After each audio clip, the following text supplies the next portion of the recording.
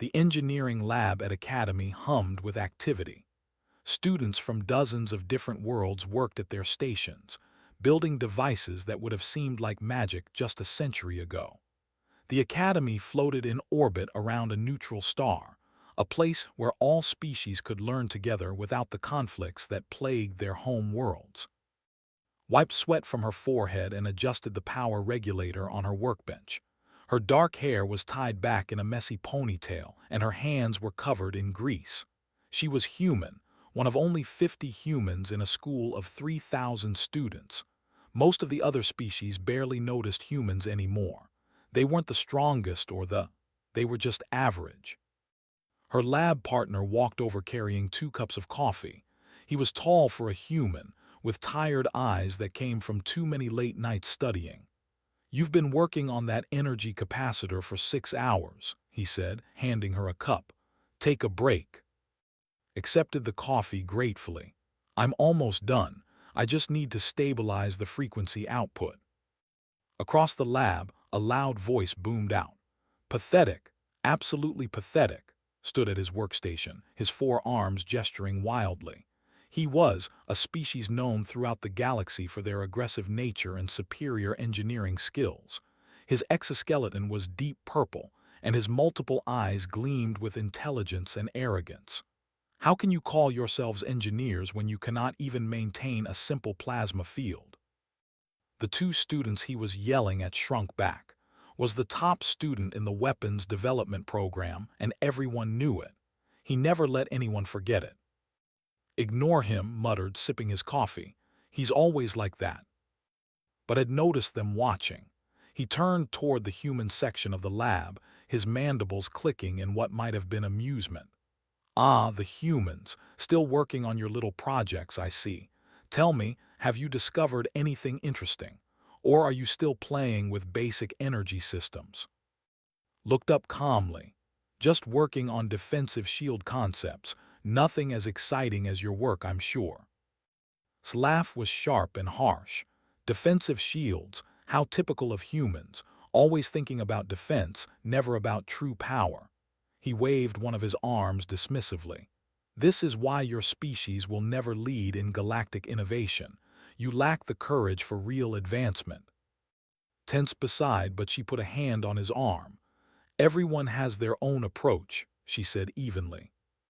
"Indeed they do," replied, his voice dripping with condescension. "And some approaches are superior to others. You will see this soon enough at the Innovation Summit." The Innovation Summit. Every student in the lab knew about it. It was Academy's most prestigious event, held once a year. Students presented their greatest inventions to professors, military officials, and corporate representatives from across the galaxy. Winning the summit could launch a career. It could change lives. Professor entered the lab, their body clicking as they walked. The professor was ancient by most species standards, and their compound eyes missed nothing. "Attention, students," they announced in their buzzing voice. "The Innovation Summit is in 6 weeks. I expect all of you to register your projects by the end of this week. This year's competition will be particularly significant. We have representatives from the Galactic Defense Council attending." Excited murmurs filled the lab. The Galactic Defense Council controlled the military budgets of 200 worlds. A good showing at the summit could mean unlimited funding and resources. "I will win, of course," announced loudly. "My project will revolutionize personal combat. No one else comes close." Professor's antennae twitched. "Confidence is admirable, but remember that innovation often comes from unexpected sources." "Not this time, Professor," said with absolute certainty. "This time, the superior species will demonstrate superior results." After the professor left, returned to her work. But she couldn't stop thinking about's words. She had noticed something odd about his workstation over the past few weeks. Strange energy readings that spiked suddenly and then disappeared. Whatever he was building, it used massive amounts of power in very short bursts. "What are you thinking?" asked. He knew that look on her face.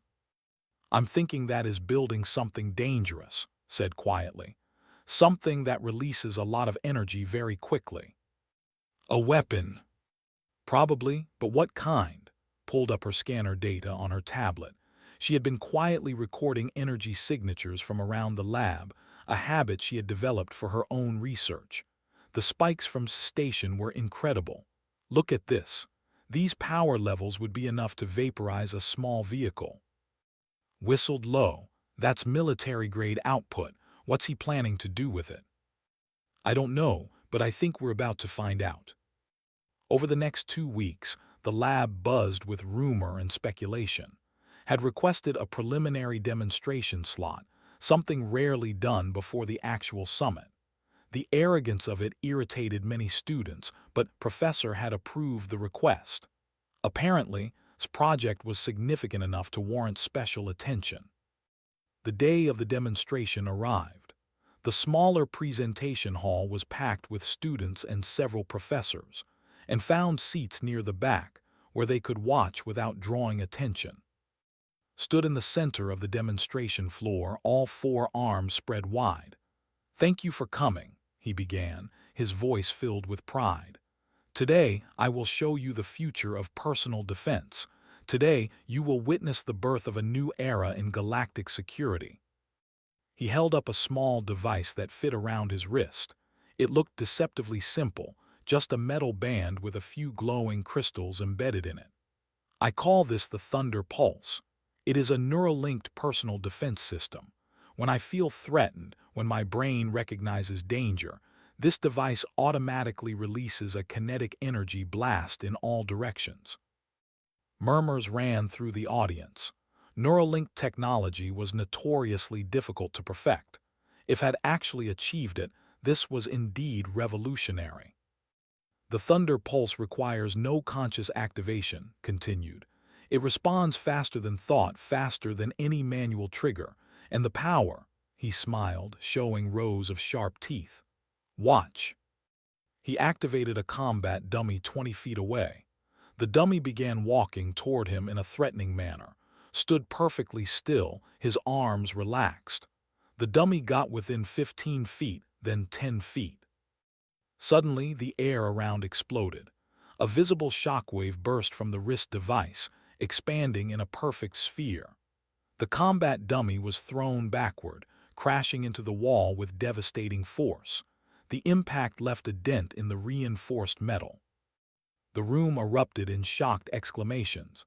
Even the professors looked impressed. "Complete 360-degree coverage," announced. "Instant response time.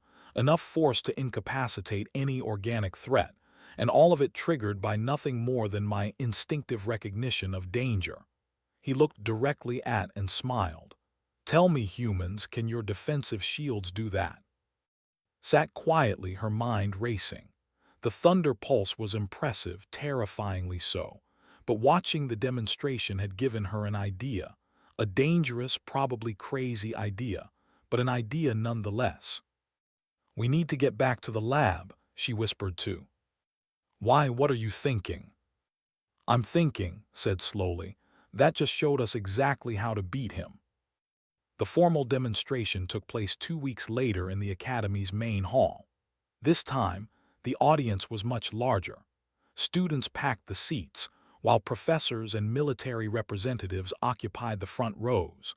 The Galactic Defense Council had sent 3 observers, their uniforms decorated with medals and insignia from a dozen different campaigns. Sat with in the middle section, her tablet on her lap, quietly recording every detail. She had spent the past 2 weeks analyzing the preliminary demonstration, running simulations, and testing theories. Every night she stayed in the lab until the cleaning bots forced her to leave. Every morning she returned before most students woke up. "You look exhausted," said Concerned. "Have you slept at all?" Some lied. The truth was she had maybe slept 10 hours in the last week, but sleep could wait. Right now, understanding the Thunder Pulse was more important. The lights dimmed, and Professor walked onto the stage. "Today we witness what may be a breakthrough in personal defense technology. Of Prime will demonstrate his invention, the Thunder Pulse system." Applause filled the hall as strode confidently to the center of the stage. He wore the wrist device openly, the crystals glowing with stored energy. Behind him, a series of combat dummies and target systems had been set up at various distances. "Thank you, Professor," began. "What you are about to see will change everything you know about personal security. For thousands of years, organic beings have relied on armor, shields, and weapons to protect themselves. But all of these require reaction time. All of these require the defender to recognize the threat, make a decision, and then act." He paused dramatically. The thunder pulse eliminates all of that. It works faster than conscious thought because it is triggered by the subconscious mind's recognition of danger. The moment my brain perceives a threat, even before I am consciously aware of it, the thunder pulse activates. One of the military observers leaned forward, clearly interested. Gestured to his assistant, another student named Rax. "Please activate Combat Sequence 1. The first dummy activated, rushing toward with raised weapons. Didn't move, didn't flinch. When the dummy crossed into a 15-meter radius, the thunder pulse fired. The shockwave was even more impressive than before, a visible ripple of energy that expanded outward in all directions. The dummy was thrown back violently, its weapons clattering to the floor. "Combat Sequence 2, commanded. This time, 3 dummies attacked simultaneously from different directions. Again, the thunder pulse fired, and all 3 attackers were blown back at the same instant. The timing was perfect, the coverage complete." The audience murmured with appreciation. Several military representatives were already taking notes. "Combat Sequence 3. 5 dummies this time, attacking from multiple angles and heights. Low attacks, high attacks, flanking maneuvers. It didn't matter. The thunder pulse responded to all threats simultaneously. Within seconds, all 5 dummies lay scattered around the stage, sparking and damaged." Smiled, his mandibles clicking with satisfaction. "As you can see, the thunder pulse provides complete spherical protection. No blind spots, no delays, no need for conscious activation. It is the perfect personal defense system." Professor stood. "Impressive, but what about the power requirements? How long can the device operate?" "An excellent question, Professor. The thunder pulse uses a quantum battery system that recharges from ambient energy. Under normal conditions, it can fire approximately 20 times before requiring a full recharge, and the recharge time is only 30 minutes. One of the Galactic Defense Council observers raised her hand. She was, with scaled skin and sharp features. "What about friendly fire? If it responds to perceived threats, how does it distinguish between enemies and allies?" "The neural link is calibrated to the user's brain patterns," explained. "It responds only to threats that the user's subconscious identifies as dangerous. Friendly individuals do not trigger the response, assuming the user trusts them on an instinctive level." "Fascinating," the observer said. "What is your asking price for the technology?" His eyes gleamed.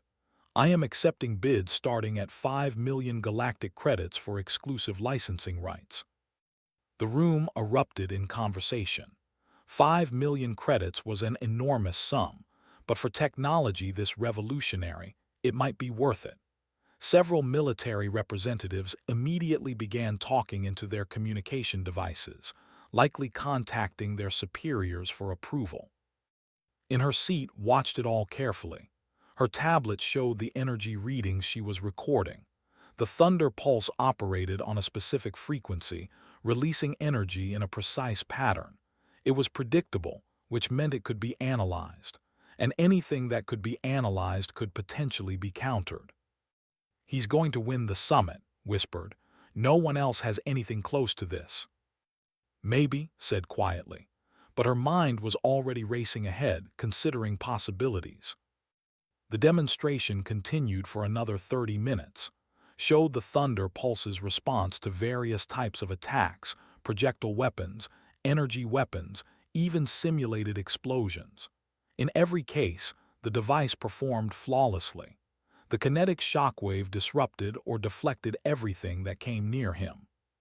Finally stood at the center of the stage, basking in the applause. The Thunder Pulse represents the pinnacle of engineering. It is proof that offensive capability, instant and overwhelming, is the true path to security. Defensive thinking is outdated. Reactive technology is obsolete. The future belongs to those who strike first, strike fast, and strike with absolute power. He looked directly into the audience and felt his gaze sweep past her section. Some species prefer to hide behind shields and armor, to turtle up and hope they can withstand attacks. But hope is not a strategy. Power is a strategy. Dominance is a strategy. And the Thunder Pulse provides both. The applause was thunderous. Students cheered, professors nodded approvingly, and the military observers looked like they had already made up their minds to purchase the technology. As people began filing out of the hall, turned to, "Are you okay? You've been quiet." "I'm fine," said, still staring at her tablet screen. "I'm just thinking." "About what?" "About what said, about offensive capability being the answer to everything." She finally looked up at, and he was surprised to see a small smile on her face. "He's wrong, you know." "What do you mean?" "He thinks the Thunder Pulse is unbeatable because it hits fast and hard. But hitting fast and hard only matters if the hit actually lands, if it actually does something." Stood up, gathering her things. "Come on, we need to talk too." And the computer science students, "Why?" "Because I have an idea. And if I'm right, we're going to show, and everyone else, that there's something better than a bigger weapon." "What's that?" Smile grew wider, making the weapon completely pointless. As they left the hall, glanced back at the stage where was still surrounded by admirers and potential investors. He looked so confident, so certain of his victory.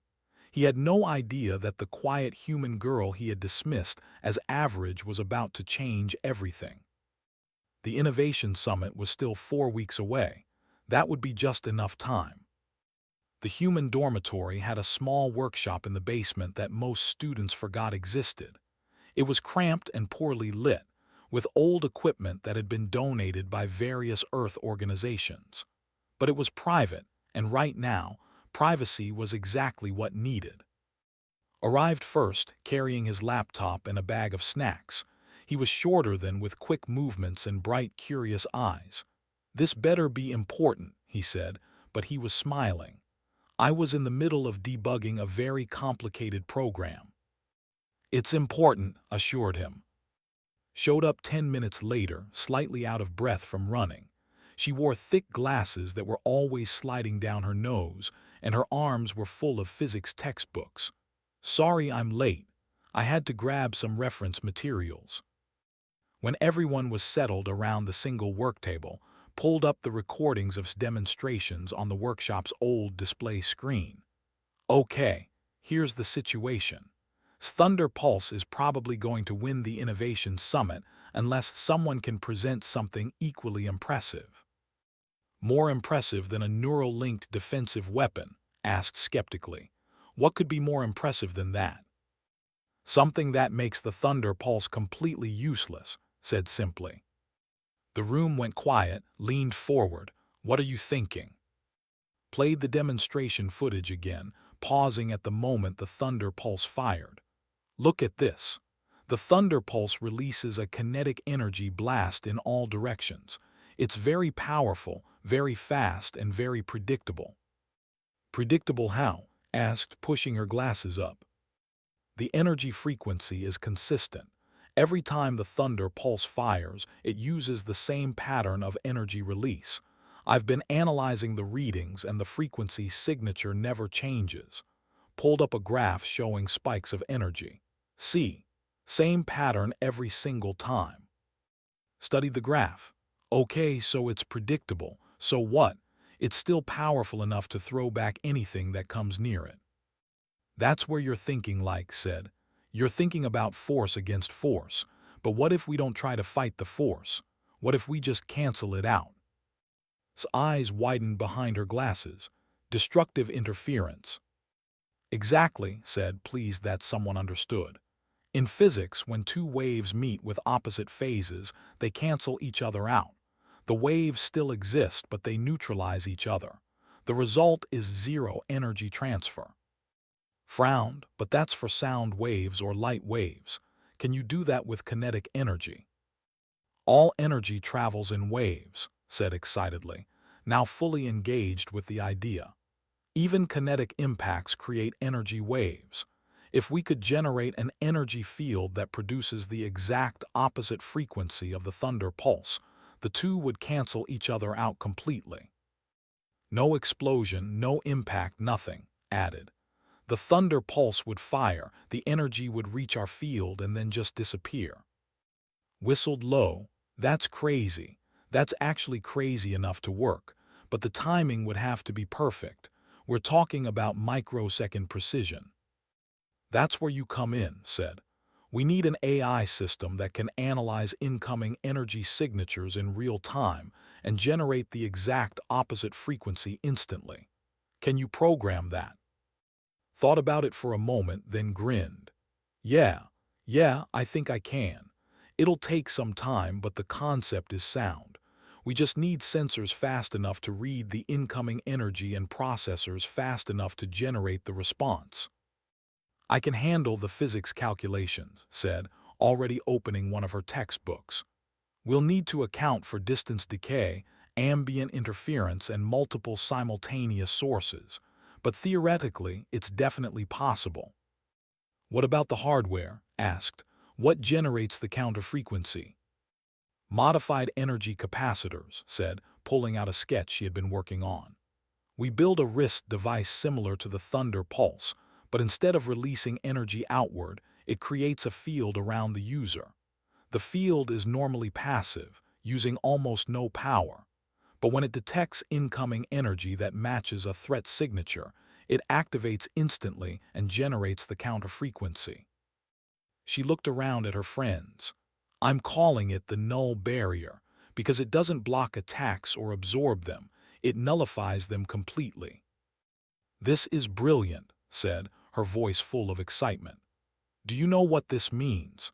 Every offensive weapon in the galaxy operates on energy principles.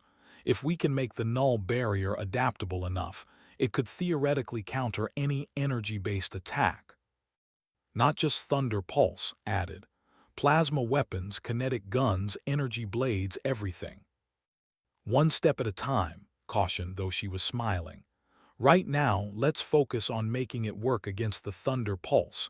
If we can do that, we can expand later. They worked through the night, calculated energy frequencies and wave patterns, wrote code for the analysis and response AI, helped modify energy capacitors and build the physical device. They ordered food and ate while working, barely noticing the time passing. Around 3 in the morning, they had their first prototype. It was crude, much bulkier than wanted, and the wristband was held together with electrical tape. But it was functional. Okay, said, strapping the device to her arm. Let's test it. Test it with what? Asked. We don't have a thunder pulse to test against. No, but we have the energy signature recordings. Can you program the emitter to produce a low-power version of the thunder pulse frequency? Give me 5 minutes. While worked, stood in the center of the workshop. The null barrier felt heavy on her wrist, and she could feel the faint hum of the capacitors charging. Her heart was racing. Either this would work, or she had wasted 2 weeks on an impossible idea. Ready, announced. I've got the emitter set to produce a thunder pulse signature at about 10% power. That should be enough to test the nullification without, destroying the workshop. Do it, said. Press the button. The emitter fired a pulse of energy directly at. She saw it coming, a visible distortion in the air, and every instinct told her to duck or run, but she forced herself to stand still. The null barrier activated with a soft chime. A barely visible shimmer appeared around's body. The energy pulse reached her and then simply vanished. No impact, no force, no effect at all. It was like the pulse had never existed. For a moment no one spoke, they all just stared.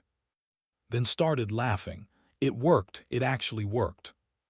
Was checking her instruments frantically. The readings are perfect.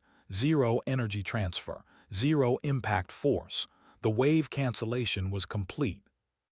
We did it, said, sounding slightly amazed. We actually did it. Looked at the device on her wrist, then at her friends. They were all grinning like idiots, exhausted and excited and probably slightly delirious from lack of sleep. This is just the beginning, she said. We have 4 weeks to make this smaller, more efficient, and absolutely reliable. Because when we demonstrate this at the summit, it has to be perfect. It will be, said confidently. We're going to show everyone that humans don't need to build bigger weapons. We just need to think differently. Outside the workshop, dawn was breaking over the academy. In 4 weeks, everything would change. The grand arena at Academy was designed to hold 5,000 people, and today every seat was filled. The Innovation Summit was always a major event, but this year the excitement was extraordinary. Word about Thunder Pulse had spread throughout the galaxy. Military contractors, corporate executives, and government officials had traveled from dozens of worlds to witness the demonstrations. Stood backstage, trying to calm her racing heart. The null barrier device on her wrist was much smaller now than the first prototype. 4 weeks of constant refinement had transformed it from a bulky piece of taped-together hardware into something sleek and elegant. It looked almost delicate, just a thin silver band with a few small crystals. "You ready?" asked. He stood next to her along with End. All 3 of them looked nervous but determined. "As ready as I'll ever be," said. On stage, Professor was introducing the event. Welcome to the annual Innovation Summit. Today, you will witness the future of galactic technology. Our students have prepared demonstrations that showcase the cutting edge of scientific advancement. The crowd applauded politely. Our first presenter needs no introduction. His preliminary demonstration has already generated significant interest from military and corporate sectors across the galaxy. Please welcome of Prime, presenting the Thunder Pulse personal defense system. The applause was much louder now. Strode onto the stage, all 4 arms spread wide, his exoskeleton polished to a shine. He wore the Thunder Pulse device prominently on his primary wrist.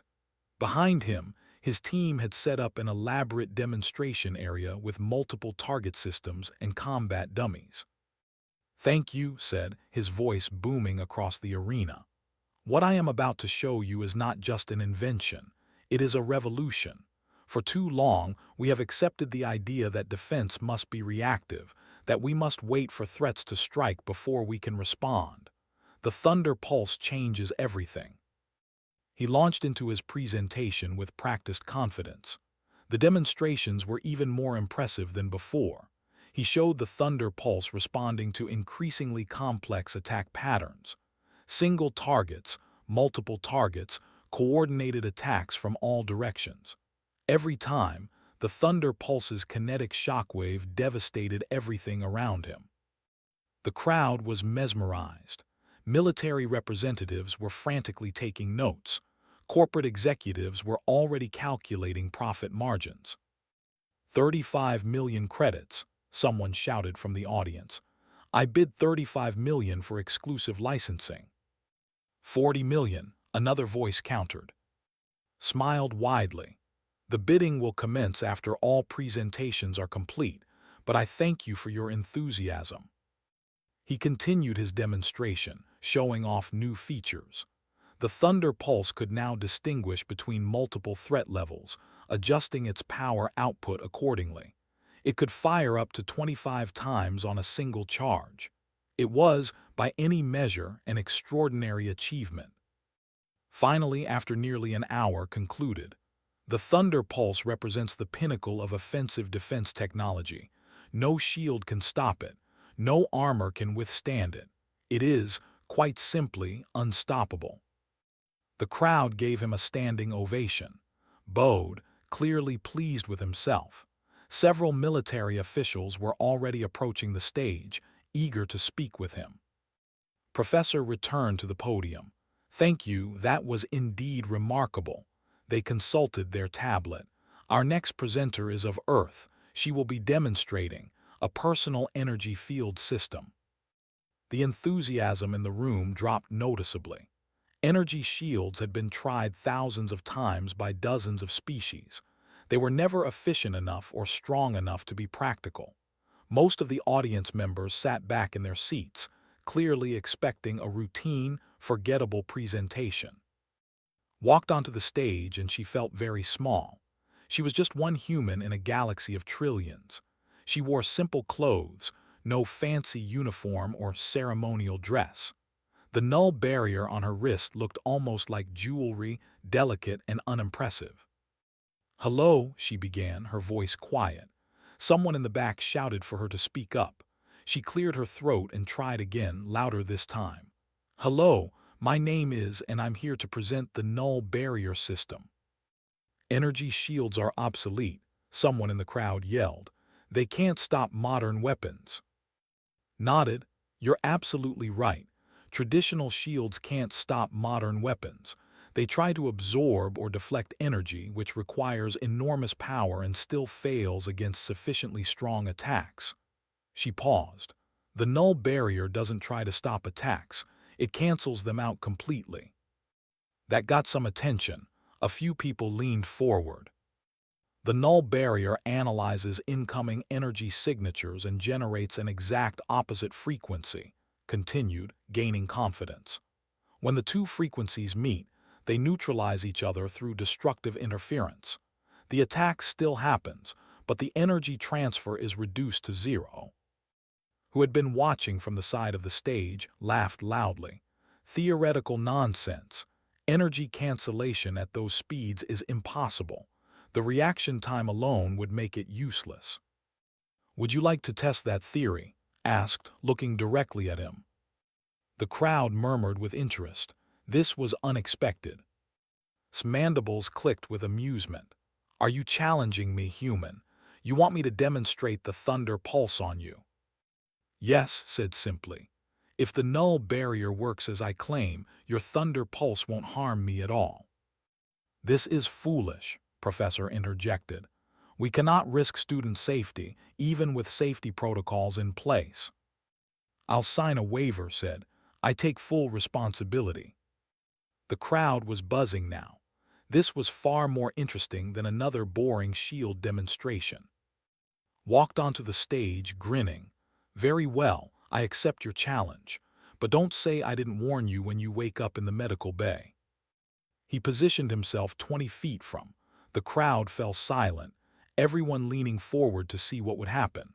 The military observers were paying close attention now. If this human girl actually had something that could stop the thunder pulse, that changed everything. "Ready?" asked, his voice mocking. Activated the null barrier. The device on her wrist hummed softly, and a barely visible shimmer appeared around her body. It looked fragile, like it might disappear with a strong breeze. "Ready." Didn't hesitate. He triggered the thunder pulse at full power. The kinetic shockwave exploded from his wrist device, visible as a rippling sphere of energy expanding at incredible speed. It looked devastating, powerful enough to throw a vehicle across the room. The crowd gasped. Several people stood up in alarm. The shockwave reached, and then it simply vanished. There was no explosion. No impact at all. Stood exactly where she had been, completely unharmed. She hadn't even moved. It was as if the thunder pulse had fired into empty space. The arena went completely silent. Stared, his multiple eyes wide with disbelief. "What? What did you do?" "I told you," said calmly. "The null barrier cancels the energy. Your attack still happened, but it had zero effect." "Impossible," fired again, and again, pouring all his anger and frustration into the thunder pulse. The device fired 3 more times in rapid succession, each blast powerful enough to destroy a combat vehicle. Each time, the energy reached and disappeared. She stood perfectly still, her expression calm, while around her the most powerful personal weapon in the galaxy fired uselessly. The crowd erupted. Some people were shouting in excitement, others in disbelief. The military observers were frantically scanning with their instruments, trying to understand what they were seeing. Professor rushed onto the stage with a handheld scanner. They pointed it at, then checked the readings 3 times. "Impossible," they muttered. "Zero energy transfer, zero impact force. The readings show the thunder pulse is firing correctly, but nothing is reaching the target." "That's because the energy is being explained. My device generates a counterfrequency that perfectly cancels out the incoming energy. The thunder pulse might as well be firing blanks." Looked at his wrist device, then back at his device. His expression was a mixture of shock, anger, and grudging respect. The weapon he had spent years developing, the invention he was certain would change the galaxy, had just been rendered completely pointless by a quiet human girl with a simple wristband. "How?" he finally asked, his voice barely a whisper. "By thinking differently," said. "You built a better weapon. I made weapons irrelevant." The days following the summit demonstration were chaotic. News of the null barrier spread across the galaxy faster than light-speed communications. Within hours, every major news network was running stories about the human student who had made the most powerful weapon in the galaxy obsolete. Within days, military officials from 200 worlds were requesting meetings with. She sat in a small conference room at the Earth Embassy, overwhelmed by the attention, and sat with her, all of them looking equally uncomfortable with the sudden fame. Ambassador Park, the senior Earth representative at Academy, was trying to field the endless requests. She was a small woman with gray hair and tired eyes, but her voice was firm. "We have offers from the Defense Force, the Military Command, the Security Council, and at least 30 private military contractors. Everyone wants to license the null barrier technology." "How much are they offering?" asked curiously. "The lowest bid is 50 million credits. The highest is 200 million, plus a percentage of all future sales." Whistled. 200 million credits. We could retire and never work again. "We could do a lot of things," Ambassador Park agreed. "The question is, what do you want to do?"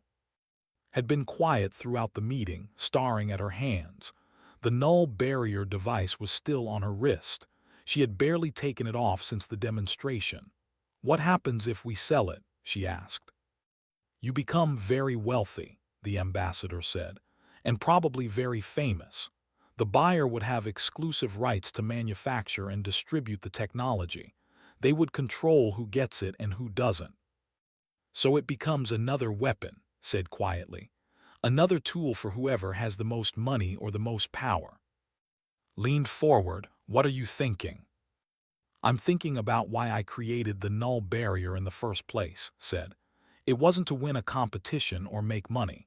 It was to show that there's a better way than building bigger weapons. Defense over offense. Protection over aggression." "Noble sentiments," Ambassador Park said carefully. "But this technology represents a significant strategic advantage for Earth. We should consider that carefully before making any decisions." "Strategic advantage," repeated. "That's what everyone keeps saying. But the moment we start hoarding this technology, the moment we use it to gain power over others, we've missed the entire point." There was a knock on the door. Professor entered, followed by 3 officials from the Galactic Defense Council. The observer from the summit was among them. "I hope we're not interrupting," Professor said, "but the Council has asked to speak with directly." The stepped forward. "My name is Commander Vex. I represent the Galactic Defense Council's Technology Assessment Division. Your null barrier has significant implications for galactic security." "I'm aware," said. "Are you?" Commander Vex asked. "Do you understand that your invention has just made offensive weapons development obsolete? Do you realize that military doctrines developed over thousands of years are now meaningless? The entire balance of power in the galaxy has shifted because of what you created." "That was kind of the idea," muttered. Commander Vex ignored him, keeping her focus on. "The Council wants to know what you intend to do with the null barrier. Will you sell it? License it? Give it to Earth exclusively? Your decision will affect billions of lives across hundreds of worlds." Stood up, feeling the weight of all those eyes on her. "I've been thinking about this a lot over the past few days, and I've made a decision."